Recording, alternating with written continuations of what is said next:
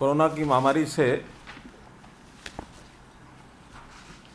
प्रदेश में भी देश में भी एक बहुत कष्ट का, दुख का एक वातावरण बना है। अभी तक सब व्यवस्थाएं ये आप लोगों के सामने मैं बताता रहा हूँ कि हमारी कोविड महामारी का प्रभाव कितना हो गया है, कितने हमारे पेशेंट्स हैं, किस प्रकार से दूसरी वेव ये हमको प्रभावित कर रही है। पिछली बार मैंने कहा था कि इस महामारी का पीक ये 15 तारीख के आसपास ऐसा बताया जा रहा आएगा और उसके बाद ये डाउन ट्रेंड इसका शुरू होगा। ये बात ठीक है कि 3 दिन से प्रदेश में केसेस, एक्टिव केसेस कम हो रहे हैं। 1,16,000 के पीक पर जाने के बाद आज 1,07,000 एक्टिव केसेस प्रदेश में है और मैं आशा करता हूं कि लगातार नीचे की तरफ ही जाएगा। व्यवस्थाएं हमारी, चाहे हॉस्पिटल्स की, बेड्स की, ऑक्सीजन की, दवाइयों की, सब इस समय की आवश्यकता के हिसाब से पर्याप्त हैं। लेकिन आज तो मैं एक नई पीड़ा जो मेरे मन में बार बार उठती है वो आपसे साझा कर रहा हूँ कि जिस भी परिवार का कोई सदस्य कोविड के कारण से चला जाता है वो हम सब के दुख का कारण बनता है और उसमें हर प्रकार के परिवारों की स्थिति होती है। कुछ परिवार ऐसे भी रहते हैं कि उनके जाने का जो कष्ट है उसको झेलने में कई बार सक्षम होते हैं। परिवार की मानव स्थिति अच्छी है, जाने वाले की आयु एक 70 वर्ष, 80 वर्ष, 90 वर्ष है, तो कम से कम परिवार की जो एक सिस्टम है वो आगे बिगड़ने की गुंजाइश कम होती है। हालांकि जो व्यक्ति गया है उसके प्रति हमारी सहानुभूति है, हमें खेद है, वेदना है, हम उनको श्रद्धांजलि भी अर्पित करते हैं। लेकिन कुछ परिवार ऐसे होते हैं जिनके बहुत यंग एज के व्यक्ति, खास करके जो परिवार में कमाने वाले लोग हैं, कम आयु के लोग हैं, ऐसे लोग भी चले जाते हैं। इससे पहले हमने एक स्कीम उनके इलाज में सहायता हो जाए, ये तो जो बीपीएल के परिवार थे उनके लिए की थी कि कम से कम 7 दिन के लिए 5,000 रुपये प्रति दिन के हिसाब से उनको एक सहायता ये की गई थी, या जो एडमिशन नहीं लेते उनको एक मुश्त 5,000 रुपये की सहायता देने की बात कही थी। लेकिन आज मेरे मन में ये विचार आया है, जो मैंने अपने साथियों से विचार किया है, कि 18 वर्ष से लेकर और 50 वर्ष तक की आयु ऐसी होती है जब ये व्यक्ति चला जाता है तो उसमें परिवार को एक बड़ी, यानी आगे के लिए संभालने के लिए भी कठिनाई आती है। तो ऐसे परिवारों की सहायता के लिए, और वो भी खास करके जो गरीब परिवार हैं, जो खास करके जैसे हमने एक लिमिट पहले परिवार पहचान पत्र में रखी हुई है कि जो 15,000 रुपये मासिक से भी कम कमाते हैं, तो ऐसे परिवारों की सहायता की जाए। उसके लिए वैसे तो प्रधानमंत्री जी ने पिछले वर्ष एक योजना लागू की थी और उस योजना का नाम था, अभी भी चल रही है, प्रधानमंत्री जीवन ज्योति योजना। तो प्रधानमंत्री जीवन ज्योति योजना में प्रावधान ये है कि 330 रुपये वार्षिक उस योजना में प्रीमियम देना होता है और वो प्रीमियम जो बीमा करता है वो स्वयं देता है। हर वर्ष जनधन योजना अकाउंट के माध्यम से जाता है। 50 वर्ष तक की आयु का 2 लाख रुपए का ये बीमा होता है।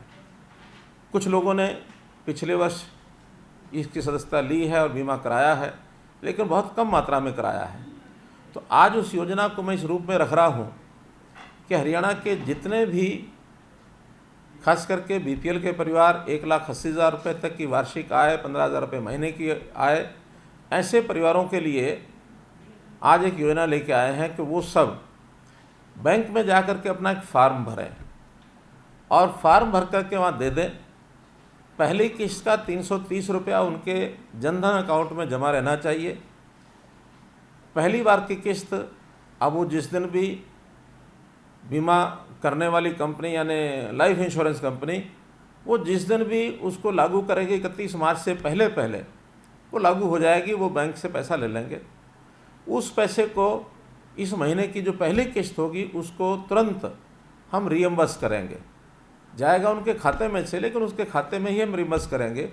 और आगे लगातार 50 वर्ष तक की आयु तक वो पैसा सरकार अपने पास से देगी, ताकि किसी भी कारण से, बीमारी से, कोविड से, दुर्घटना से, किसी भी कारण से व्यक्ति की मृत्यु होती है तो 2 लाख रुपये उसको तुरंत मिल जाए। तो ये 2 लाख रुपये का प्रीमियम हर साल का ये सरकार भरेगी, इसकी योजना आज हम घोषित कर रहे हैं। अब ये संख्या अभी अनुमान से ही कह सकते हैं कि 18 वर्ष से 50 वर्ष तक कुल ये संख्या जाकर के 50 लाख से ऊपर बैठेगी जो बीपीएल के परिवार हैं। तो ऐसे सब 50 लाख परिवारों का आज से ये बीमा की राशि सरकार देगी और उनको 2 लाख रुपए की राशि इस किसी भी कारण से मृत्यु होती है तो उनको मिलेगी। अब प्रश्न ये होता है कि जो अभी तक जिन्होंने फार्म नहीं भरे हैं, तो हमने ये विचार किया है कि इस वर्ष की ये जो दूसरी लहर है ये मार्च में शुरू हुई थी, तो 1 मार्च से लेकर और इस समय ये फार्म भरने के दिन चल रहे हैं 31 मई तक ये फार्म भरे जाएंगे। 31 मई तक जो भी व्यक्ति किसी भी कारण से उसने फार्म नहीं भरा होगा, ऐसे सब सदस्यों को अगर कोविड के कारण से वो हमारे बीच में नहीं रहे तो उनको 2 लाख रुपया सरकार की ओर से दिया जाएगा। इसी के साथ दूसरा जुड़ा विषय है वो है प्राइवेट अस्पतालों का। प्राइवेट अस्पतालों में इलाज के अंदर बहुत बड़ा योगदान वो कर रहे हैं, क्योंकि केवल सरकार की व्यवस्था से इतने सब मरीजों का शायद इलाज करना संभव नहीं था। अभी तक जैसे हमारे पास 17,000 बेड्स हैं ऑक्सीजन के, जिसमें आज 13,500 पेशेंट्स दाखिल हैं, और मैं अगर इसमें मोटा हिसाब लगाता हूं तो सरकारी योगदान इसमें 40% है, प्राइवेट अस्पतालों का योगदान इसमें 60% है। तो ऐसा ये योगदान 60% का एक बहुत बड़ा योगदान प्राइवेट अस्पतालों का है। लेकिन वहीं दूसरी बात यह है कि प्राइवेट अस्पताल इस समय, बहुत अस्पताल तो बहुत अच्छा काम कर रहे हैं, उनकी हम प्रशंसा करते हैं, लेकिन कुछ एक अस्पताल मजबूरी का लाभ उठाकर और वो अनाप शनाप चार्जेस करते हैं। अब ये अनाप शनाप चार्जेस बहुत लोग ऐसे हैं जो सहन नहीं कर सकते हैं। हमने उसके लिए रेट लिस्ट ये भी घोषित की है, जो मैंने बताया 8,000 से लेकर और 18,000 रुपये तक अलग अलग प्रकार के रेट उनके लिए तय किए हैं। उससे ज़्यादा पैसा अगर कोई अस्पताल लेता पाया गया तो हम उनके खिलाफ कार्रवाई करेंगे, और कार्रवाई करने में उनके खिलाफ जो एक प्रकार की क्रिमिनल कार्रवाई है ये, वो तो होगी ही होगी। आगे के लिए अगर कोई ऐसा पाया जाएगा तो हमें चाहे उसको मना करना पड़े कि आगे अब जितने पेशेंट्स हैं उनको लेना बंद कर दें, और जो पेशेंट्स वहाँ एडमिट हैं उनको हम दूसरे अस्पतालों में ले जाएंगे, इनको ऑक्सीजन देना भी बंद कर देंगे, और अगर आवश्यकता हमको लगी तो उसके खिलाफ डी रजिस्ट्रेशन की कार्रवाई भी हम कर सकते हैं। लेकिन ये बहुत सख्त निर्देश दिए गए हैं उनको कि हम जो रेट्स तय हैं उससे ज़्यादा पैसा वो बिल्कुल न लें। इसी प्रकार से हमने एम्बुलेंसेस के भी सब जगह के रेट तय कराए हैं, ताकि कोई गरीब आदमी जो इसमें पिसता है वो इसमें पिसे नहीं।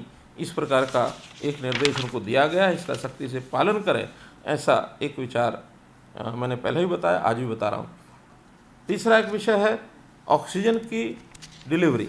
ये ऑक्सीजन की डिलीवरी हम जो घर घर में आवश्यकता एक पेशेंट को पड़ती है, डॉक्टर्स की रिकमेंडेशन के ऊपर इनकी रजिस्ट्रेशन के लिए हमने कहा है कि वो लोग रजिस्टर कराएं अपने आप को।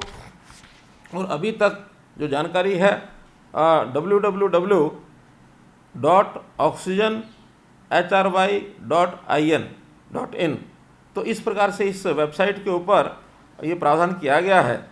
6,000 लोगों ने इस समय तक उसमें अपने आप को रजिस्टर किया है, जिसमें से लगभग 250 लोगों के घरों में ऑक्सीजन कल तक पहुंच गई है।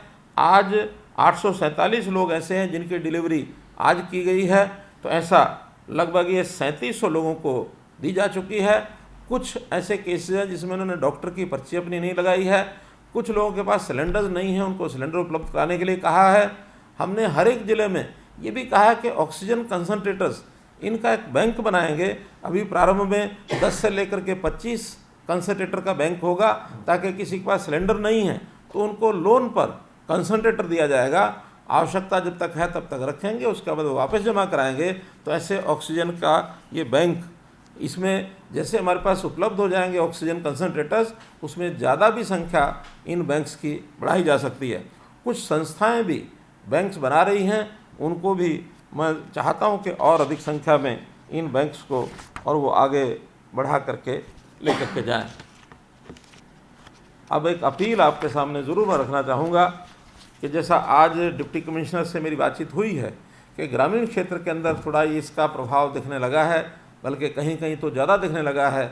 हमने वहाँ हॉटस्पॉट्स इसकी पहचान कराई है, तो जितने हॉटस्पॉट्स हैं लगभग 1000, जहाँ ज़्यादा केसेस आ रहे हैं संख्या में, उस पर या जहाँ मृत्यु ज़्यादा हुई है, ऐसे सब स्थानों पर प्राथमिकता में लगभग 1000 ये आज और कल के अंदर सब व्यवस्थाएं वहाँ कंप्लीट हो जाएंगी। 15 तारीख परसों सुबह से जो फील्ड के लोग हैं वो घर घर जाके सर्वे करना शुरू करेंगे, और वहाँ जो कैंप्स बनेंगे, आइसोलेशन जो सेंटर्स होंगे, उन सेंटर्स के अंदर अलग से टीम होगी। वो टीम वहाँ बैठ कर के ऐसे लोगों का जो प्रारंभिक उपचार है वो करेंगे। जो उसमें मॉडरेट और सीवियर जो पेशेंट्स मिलेंगे उनको पीएचसी, सीएचसी अथवा हॉस्पिटल्स में वहाँ डाइवर्ट करेंगे। और अगर हमारे सिविल हॉस्पिटल्स में अगर आवश्यकता होने पर वहाँ बेड्स अगर कम रहे तो उनको प्राइवेट हॉस्पिटल्स के अंदर रेफ़र करेंगे, और आयुष्मान भारत का जो हमारे सिस्टम है, स्कीम है, उस स्कीम में उनका वहाँ इलाज होगा। तो ये एक बहुत नीचे तक की तैयारी हमारी हो गई है। सभी डीसीज ने यकीन दिलाया है कि हम कल सायंकाल तक इस व्यवस्था को करके परसों सुबह से हम काम करेंगे। तो इसमें मेरा सबसे कहना ये है कि ये काम केवल सरकारी व्यवस्था से नहीं, तो इसमें बाकी लोग भी जो जो इसमें सहयोग कर सकते हैं, व्यवस्थाओं में बहुत सहयोग करने पड़ते हैं, क्योंकि वहाँ पर जो सेंटर बनेंगे आइसोलेशन के, वहाँ इंफ्रास्ट्रक्चर है, वहाँ बेड्स हैं, वहाँ बिस्तर है, चादरें हैं, वहाँ भोजन की व्यवस्था है, वहाँ पानी की व्यवस्था है, जो भी व्यवस्थाएं वहाँ, और कहीं ना कहीं जो शौचालय टेम्परेरी बनाने पड़ेंगे वो डिपार्टमेंट्स उसमें लग गए हैं, वो सब बना रहे हैं। तो ऐसी ये बड़ी यानी 8000 आइसोलेशन सेंटर बनाने तक ये हमारे योजना में है। अगर ये आगे बढ़ाने की आवश्यकता पड़ी तो हम बढ़ाएंगे। कल 1000 शुरू हो जाएंगे। तो इस प्रकार की सारी व्यवस्था की गई है। इसमें गांव के जो लोग हैं, चुने हुए पूर्व प्रतिनिधि, जो मानो आप तो पंचायतें नहीं रही वहाँ, तो पूर्व प्रतिनिधि जितने गांव के हैं जनप्रतिनिधि, उनको भी सबको हमने इसमें सहयोग में लिया है। गांव के नंबरदार हैं वो भी सहयोग करेंगे, सरकारी कर्मचारी सब टीमें बनाएंगे, और इस प्रकार से ये सब सिस्टम हमने बनाए हैं। आज 300 डॉक्टर्स और पैरामेडिक्स के लोग ईएसआई में, जो वहाँ काम बहुत अधिक नहीं है, तो उनको हेल्थ डिपार्टमेंट को दिया गया है, उनको एक प्रकार से रेफ़र किया गया, उनसे हेल्थ डिपार्टमेंट काम लेगा, ताकि हम पीएचसी और सीएचसी पर जा कर के उन सब व्यवस्थाओं को दे सकें।